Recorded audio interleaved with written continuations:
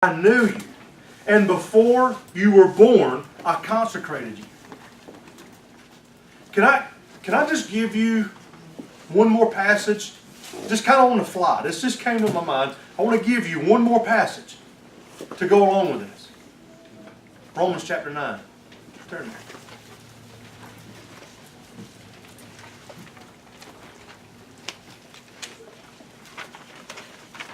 Steve Parrott's back there going, no, please, no.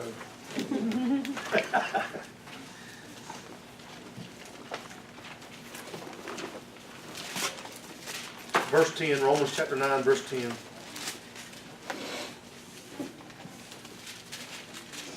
Again, this is the word of the Lord from the Apostle Paul in Romans chapter 9, verse 10. And not only this, but there was Rebekah also, when she had conceived twins by one man, our father, Isaac.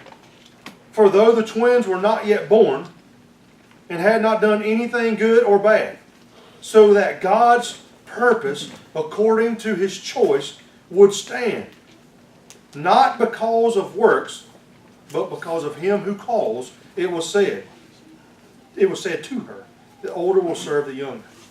Just as it is written, Jacob I loved, but Esau I hated. Before they were ever born. Where were you before you were born? I don't know. That's the 4-year-old answer, right? I don't know. Did you get the cookies? I don't know. That's what they say that to everything. I don't know. Why don't you know? Where were you before you were born?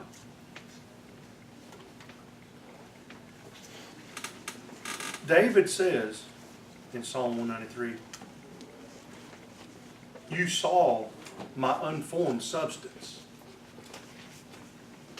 There's nothing there. And you saw me when I was nothing. You saw me. The idea of him saying, you saw me, does not mean that he was just looking at nothing and saying, here he comes. The fact that he's saying that is he says, Lord, you knew everything about me even before I was anything. That's incredible. How long does it take you to get to know somebody?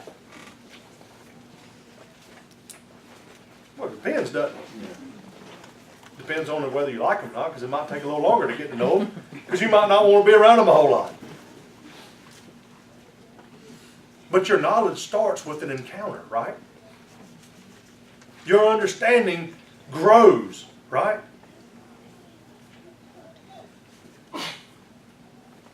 When there was nothing, no formed substance of Paul Stevens, God knew everything about me, even before then.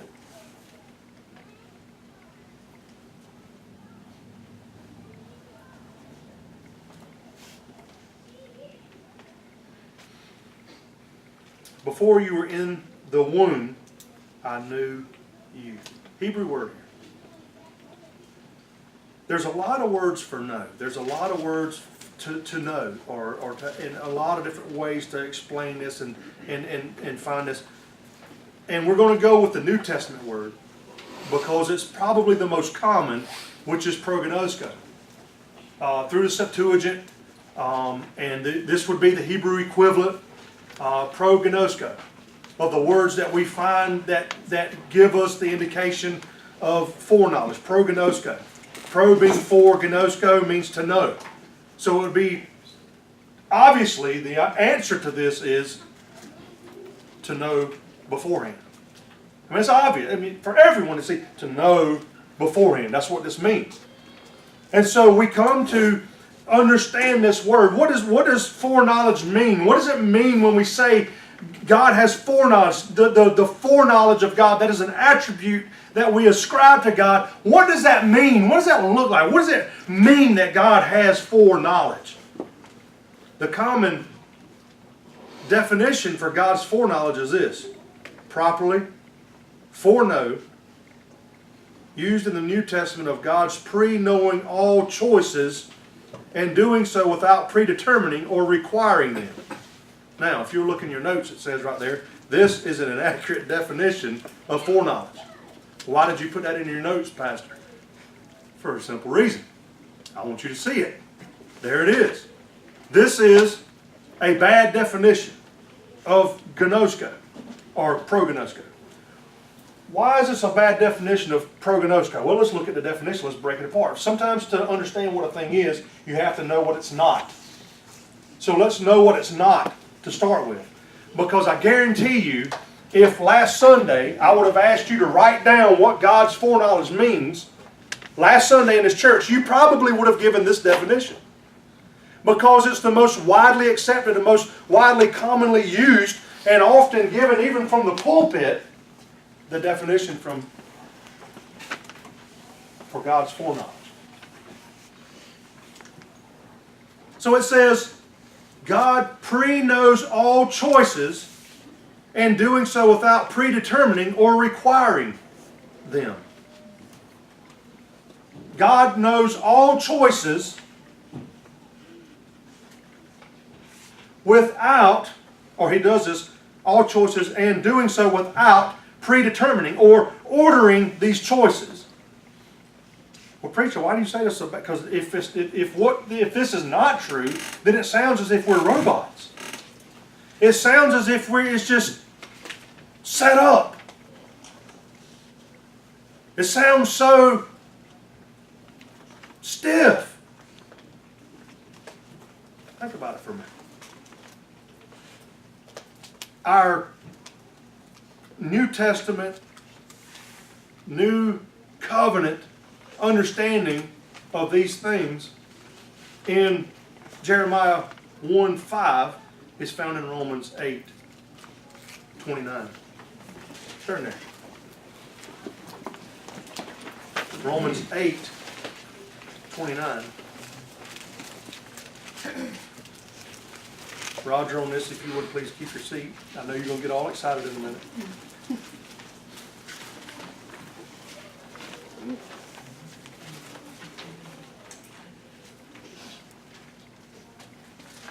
Let's begin in verse 28, if you would. Let's get some context.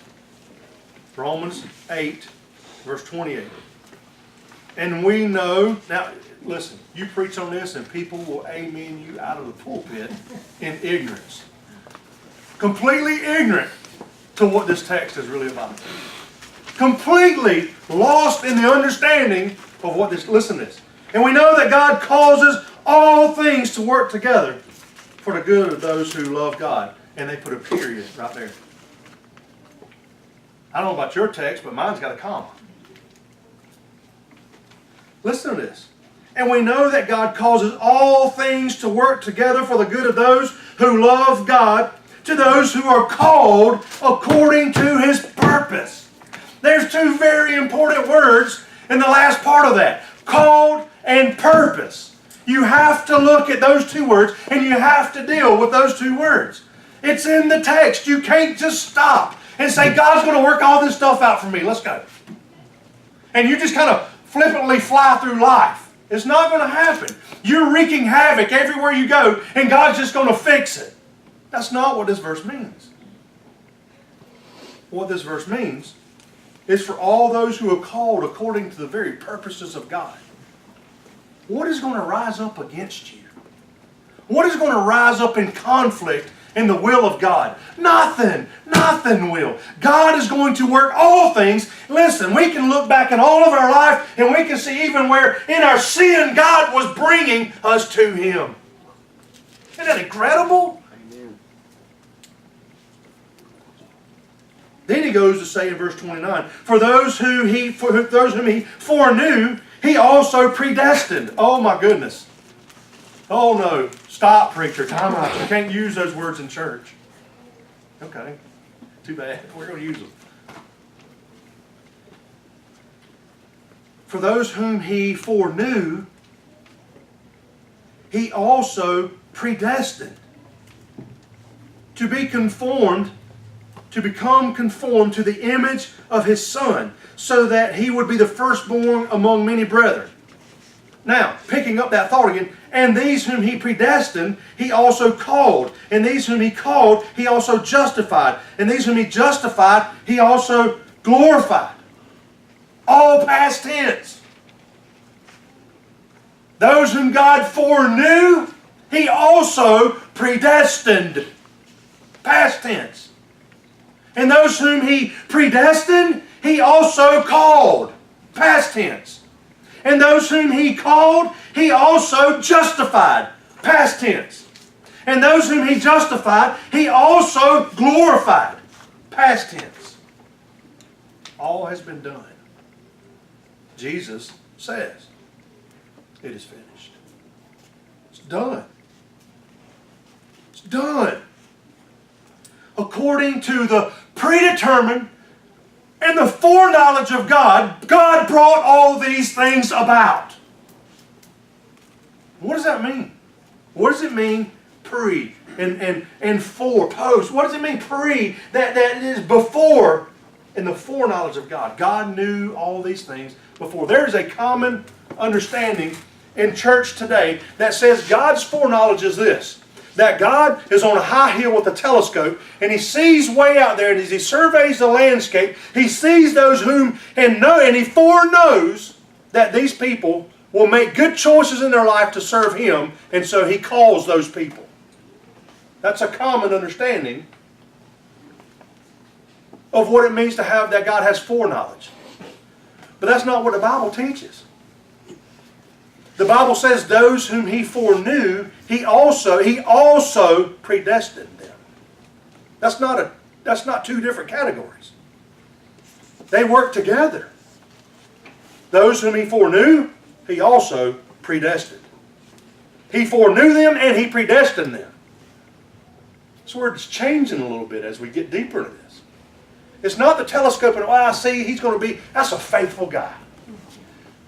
Who is salvation now belong to? You. Because you deserved, in some measure, but though be it small, you deserved it. The moment you think you deserve grace, it no longer exists as grace. It was by grace that you've been saved. Through faith, not that of yourself. Not that of yourself. So that no man would boast. I'm telling you right now, with all of the generations of believers that will gather around the feet of Christ in heaven, not one man can stand up and say, look what I did. Not one. All will bow before the King. And all will proclaim, worthy are you, O Lamb, that was slain for my salvation. Worthy and honor be brought to you, and glory, because you alone have redeemed the soul of man. God did not survey all of time and look down through time and say, because of Him having foreknowledge of these things. It's a wrong definition of foreknowledge. What does foreknowledge mean? This definition actually is very harmful to your thinking theologically and doctrinally.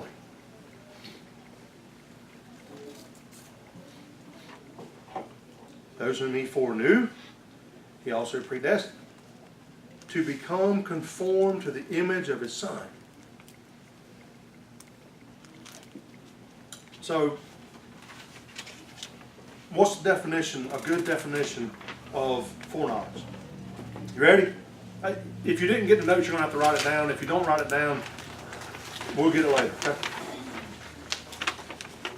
Roman numeral 1.c, definition. All that God has considered and purposed to do prior to human history. That's what foreknowledge is. There's another definition that I'm going to give you in just a little bit that it couples with this.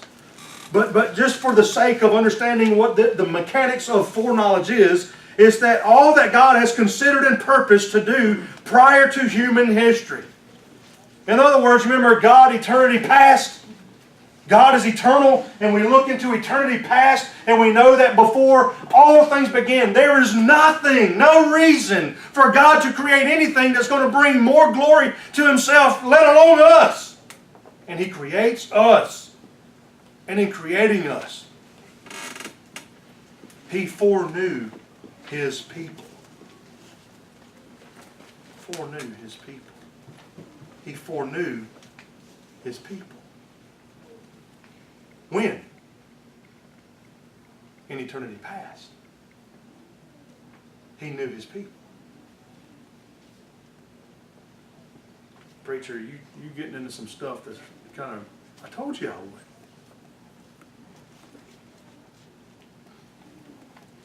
I meant to mark it down, but I didn't. So you Bible scholars, you're going to have to help me find it. Roger, I think we were just talking about this the other night. In Revelation, I think it's 14. May not be. Where's the passage where it says they were thrown in the lake of fire, those whose names were not found in the Lamb's Book of Life from the beginning? Where's that at? Somebody, come on. Where's it at? Revelation what? Where you at, Paul Cows? 13. 13. 13:8. 13:8. There we go. 13:8. Listen to this passage. All who dwell on earth will worship Him, talking about the beast. Everyone whose name has not been written from the foundation of the world in the book of life of the Lamb who has been slain. So these names from the foundation of the world, they've not been written. All these will worship the beast. All of these will worship the Antichrist. All of these will worship Satan. There's more of that to come, so just hang tight. We'll get to it.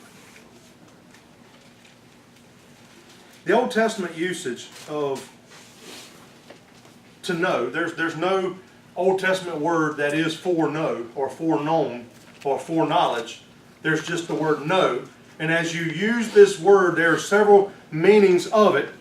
But these verses are very particular. In Genesis 45, verse 5 through 7, it talks about as Joseph was there in the land of Egypt, and the famine had come, and Joseph's brother has done much harm to him, and they sold him into slavery, and he goes into slavery, and he's there in Egypt, and God prospers him, God gives him so much, and He raises him up, and he goes through many trials and many turmoils, and he's able in the jail cell. There's people who need some dreams interpreted, and they come to him, and he interprets these dreams for them, and he tells them what it means. How in the world did he do that?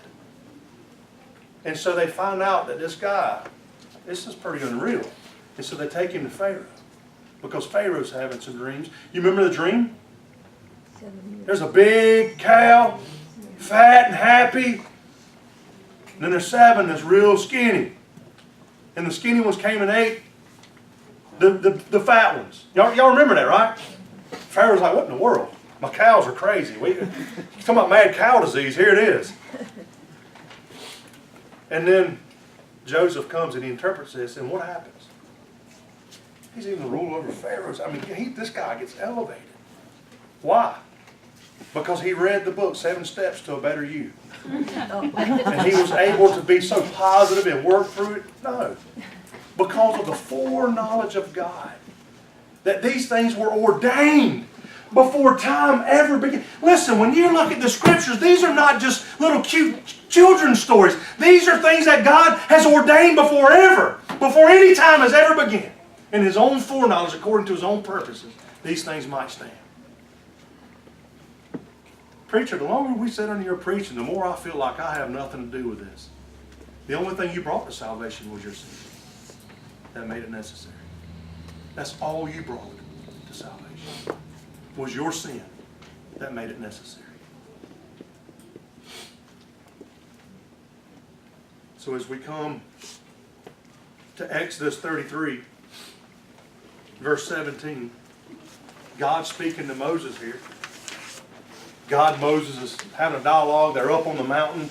You remember when they were there on the mountain, and God and Moses is speaking, and Moses saying, man, I want more of this. This is good. God, if it kills me, I want to know you. I want to know who you are. I want to know your purposes. I want to see these things, Lord. And God says, because you have found favor in my sight, in verse 17, and because I have known you by name. I have known you by name. I've known you by name. I mean, a lot of people know me by name. Some by a lot of other stuff, but by name. People know you by name. Do you know someone? You know, we throw out names a lot of times. But you know someone? Yeah, I know that guy. This is a different know here. Moses was known by God. In what way? How did God know Moses? The same way he knew David. The same way he knows us. The same way he knew Jeremiah. The same way he knows every living soul that has ever been, that is, or will ever be. He knows them intimately and is acquainted with all of their ways. Everything about them. Deuteronomy 9:24, here's Psalm 139. Let's turn there. Psalm 139. Psalm 139 really is like you read that and then shut up and sit down. You know, that's just kind of...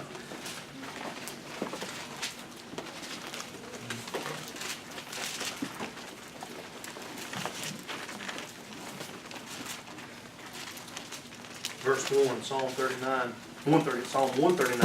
verse 1.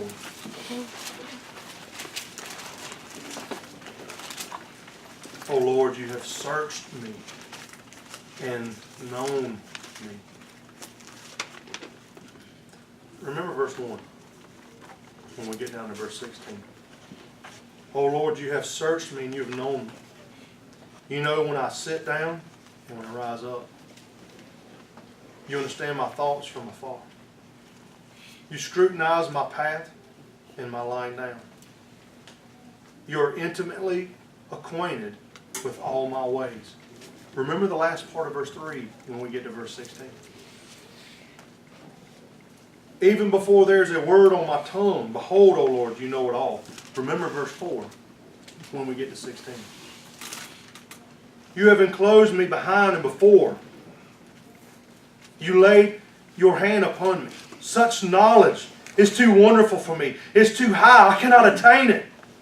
Where can I go from your spirit, or where can I flee from your presence? If I ascend to heaven, you're there. If I make my bed in Sheol, behold, you are there.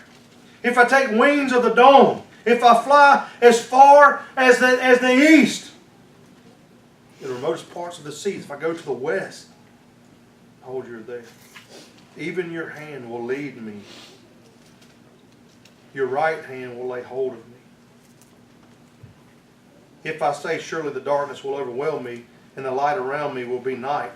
Even darkness is not night, is not dark to you. The night is as bright as the day. Darkness and light are light to you. Here we go. Verse 13. You formed my inward parts. You wove me in my mother's womb. I want to tell you, especially you young people, something right now. Please don't believe the lie that you are a mistake from some primordial seed. Your God has fearfully and wonderfully made you. And when the Maker makes something, He makes it for a purpose. You have purpose. Teenage deaths, suicides are among the highest they have ever been in this nation. Even greater than the Great Depression. Why? Because there's no greater depression than thinking that you were a mistake. This is the purpose of God in your life. You wove me together. You wove me in my mother's womb. I will give thanks to you, for I am fearfully and wonderfully made. Wonderful are your works. Every morning when you get up and you look in the mirror, you Lord, wonderful are your works. Now I know the mirror might say something, but just, Lord, wonderful are your works. Just go with it, okay?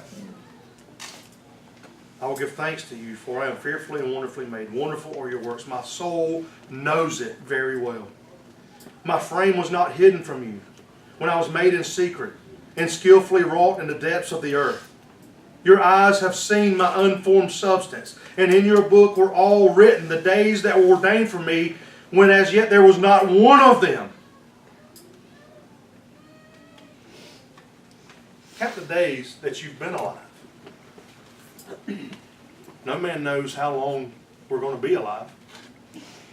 And I might be way off. Lay your pens down for a minute and just kind of join me in thought. Please don't write this down, because some of you are going to go and say, my preacher said, and they're going to come to me and say, well, they said that they're preaching, and you're the preacher. And I'm saying, no, I didn't say it. Just listen for a minute. I don't believe there's any accidental deaths. I don't believe that. I have a hard time believing, let me put it this way, I have a hard time believing that there are accidental deaths. I have a hard time with that. Because our days are ordered before there was ever one. Our days were ordered before. God is the author of life. He says when it begins and when it ends.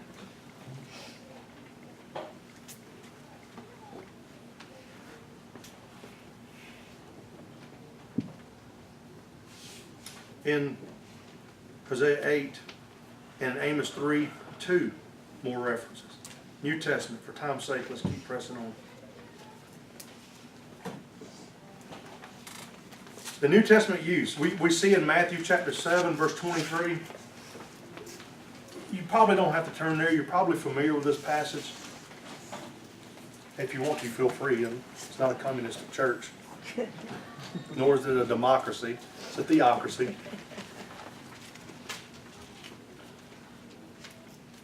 Matthew chapter 7.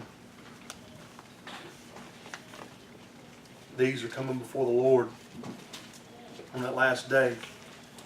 And to some he says, enter in, thou good and faithful servant. You've been faithful over a few things. I will make you ruler over much. But then to that second group, what does he say? You know these words. You know them. What does he say? I never knew. Depart from me, I never knew. I never knew.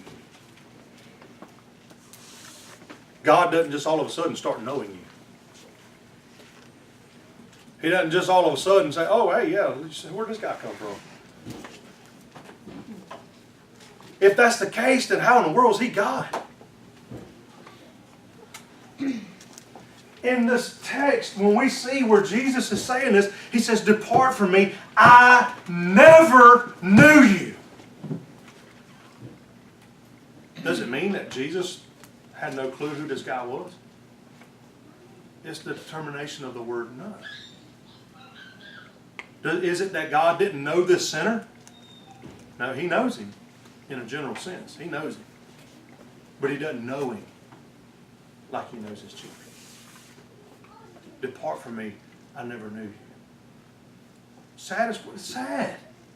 Depart from me. I never knew you. One translation puts it this way, depart from me, I have never known you. In all of eternity, I've never known you. And I don't know you now. Get out of my presence.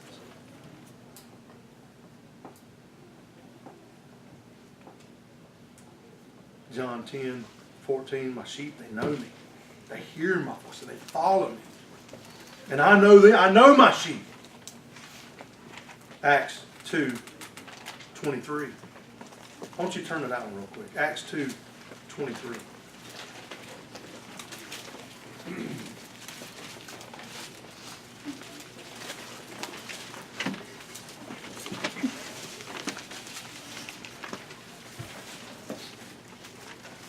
On the day of Pentecost, Peter begins to preach. I mean, we see Peter running at crucifixion, but at Pentecost we see him coming out boldly. And he's proclaiming these things. And listen to what he says in verse 23.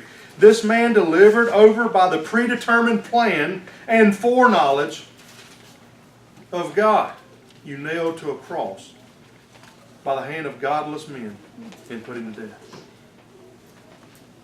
Jesus' death was not a mistake. It was divinely ordered, foreordained by the predetermined plan according to his foreknowledge of God, that Jesus would be crucified. And so to begin with, Peter makes sure that you understand by the predetermined plan and the foreknowledge of God, Jesus was handed over to you, to godless men who put him to death. Was that a mistake? Did Jesus accidentally die? No.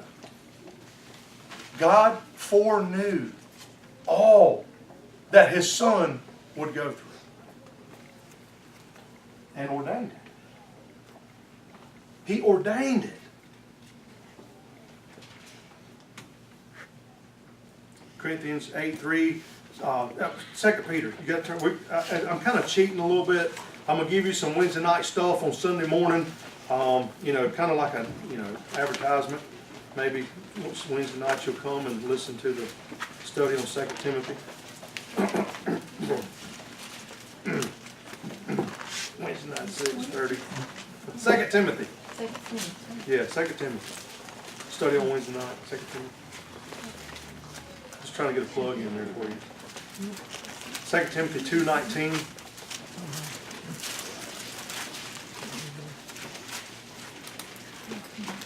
This ought to make you run a lap.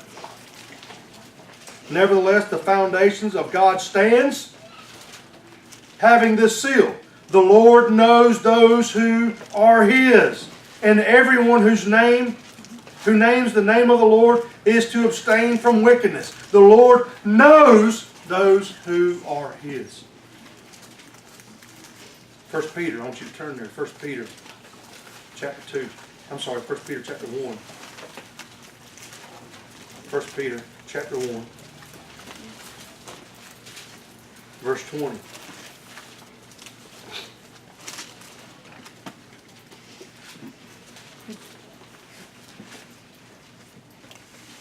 There's only like 4 or 5 places where the actual word foreknown or foreknowledge is used in the New Testament. He who was foreknown before the foundation of the world, but has appeared in these last times for the sake of you, for the sake of the called, or for the sake of the elect. So what's he talking about here? What is the meaning, what is the understanding of this word to know? I know it's like Bible drills, but go to Genesis 4. If nothing else, when you come to church here, you'll learn where the Bible books are. I don't know what that'll do for your entrance into heaven, but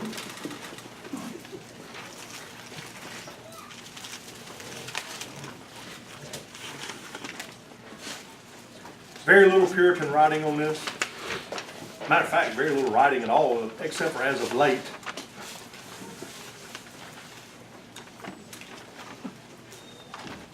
Genesis chapter 4, verse 1.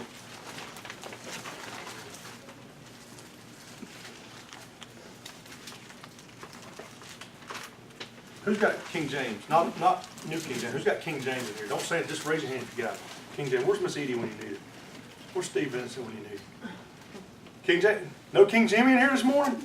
Oh, there it is.